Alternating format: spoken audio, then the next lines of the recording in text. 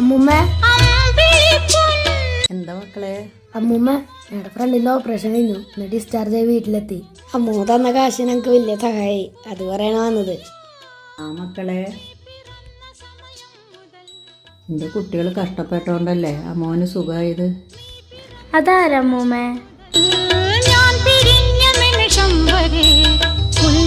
അതെൻ്റെ മോന് ഒരാക്സിഡൻറ്റിൽ അവൻ പോയപ്പോൾ അവൻ്റെ ആഗ്രഹപ്രകാരം അവൻ്റെ അവയവങ്ങളൊക്കെ ദാനം ചെയ്തു. അവൻ ഇവിടെ തന്നെ ഉണ്ട്, മറ്റൊരാളിലൂടെ ജീവിക്കുന്നു. ആ ശബ്ദം എനിക്ക് കേൾക്കാം.